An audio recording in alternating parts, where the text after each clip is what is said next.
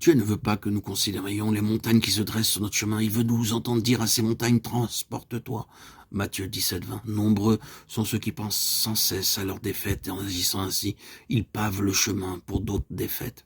La défaite est certaine.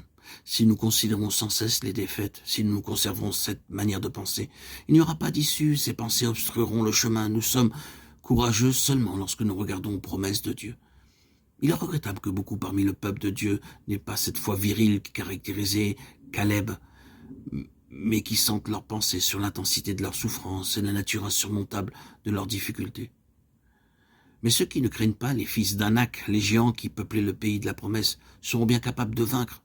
Caleb n'était nullement effrayé par les Anakim, à tel point qu'il a demandé à Josué de lui accorder dans le pays de la promesse sa part sur la montagne, là où ils avaient leur forteresse. Josué 14, 12, 15. Ils ne défaillissaient pas parce qu'ils étaient des hommes d'une grande stature, ni par le fait que leur cité était grande et fortifiée. C'est ainsi qu'il a pu les vaincre, sans aucun effort. Toute question en relation avec la victoire réside en ceci. Avons-nous confiance en nous-mêmes ou avons-nous confiance dans le Seigneur? Si nous nous référons à nous, alors bien sûr, nous devrons considérer si les Anakim sont forts ou faibles, et si leurs cités sont fortifiées ou non. Mais si nous nous confions en Dieu, alors la question des ressources humaines ne se posera même pas. Si nous nous confions en Dieu, il n'y a aucune place pour la crainte, puisque la victoire est assurée pour tous ceux qui placent en lui leur confiance. Et une autre remarque concernant Caleb. Il a exhorté toute l'assemblée des enfants d'Israël en disant « Ne soyez pas rebelles contre l'Éternel, et ne craignez point les gens de ce pays, car ils nous serviront de pâture. » Il désirait montrer aux enfants d'Israël que dans le pays même, ils auraient des ressources pour pouvoir le posséder. Le peuple du pays, c'est du pain pour nous, a-t-il déclaré. Qu'est-ce que le pain? Le pain, c'est quelque chose que vous mangez. Le pain, c'est quelque chose qui apporte plus de force. Les habitants du pays étaient considérés à juste titre comme des hommes de grande taille, mais Caleb proclamait qu'ils étaient de la nourriture pour le peuple de Dieu. Il n'honorait pas seulement les promesses de Dieu, mais il donnait peu d'importance aux difficultés qui se campaient sur le chemin de leur accomplissement. Et chaque véritable croyant comme Caleb honore Dieu et accorde peu d'intérêt aux obstacles. Mais cela ne cède pas la place à l'orgueil, car seuls ceux qui s'humilient eux-mêmes devant Dieu peuvent tenir ferme à ses côtés. Chaque fois que vous rencontrez une difficulté, posez-vous cette question. Vais-je mourir de faim ou vais-je manger la nourriture qui est placée devant moi? Si vous vous reposez sur la victoire du Seigneur et laissez sa vie se manifester en vous, vous découvrirez de la nourriture fraîche et un accroissement de vitalité en acceptant comme du pain ces anakim qui s'opposent à votre progression. Gardez présent à l'esprit que les personnes qui ne mangent pas bien ne peuvent pas croître vers la maturité. Nombreux sont ceux qui considèrent que la parole de Dieu est leur nourriture et que faire la volonté de Dieu, c'est aussi leur nourriture, mais qui rejettent l'anakim comme une nourriture sans goût.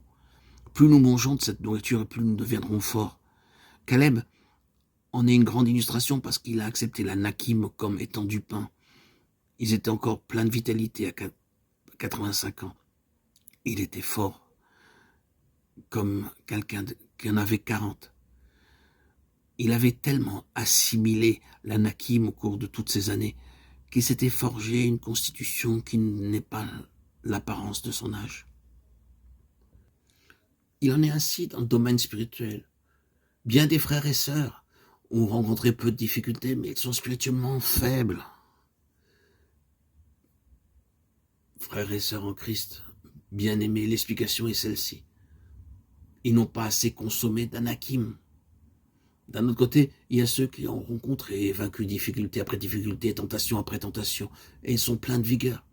La raison, c'est qu'ils se sont bien nourris d'anakim.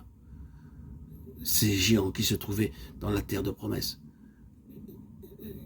qu'on considère comme obstacles, et que pour Caleb n'étaient pas des obstacles, mais des moyens d'avancer encore plus. Chaque difficulté et chaque tentation que Satan place sur notre chemin devient pour nous de la nourriture. Ces anakim étaient de la nourriture.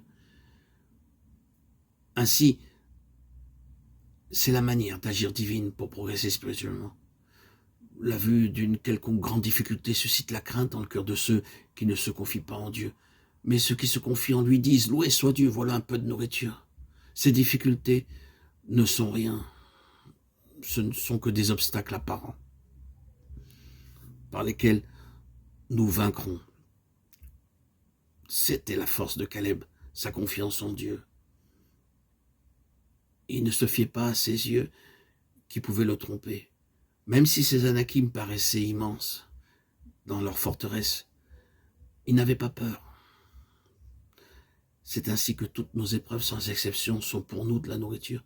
Et en les acceptant les unes après les autres, nous sommes alors de plus en plus richement nourris. Et cela a pour résultat un continuel accroissement de force.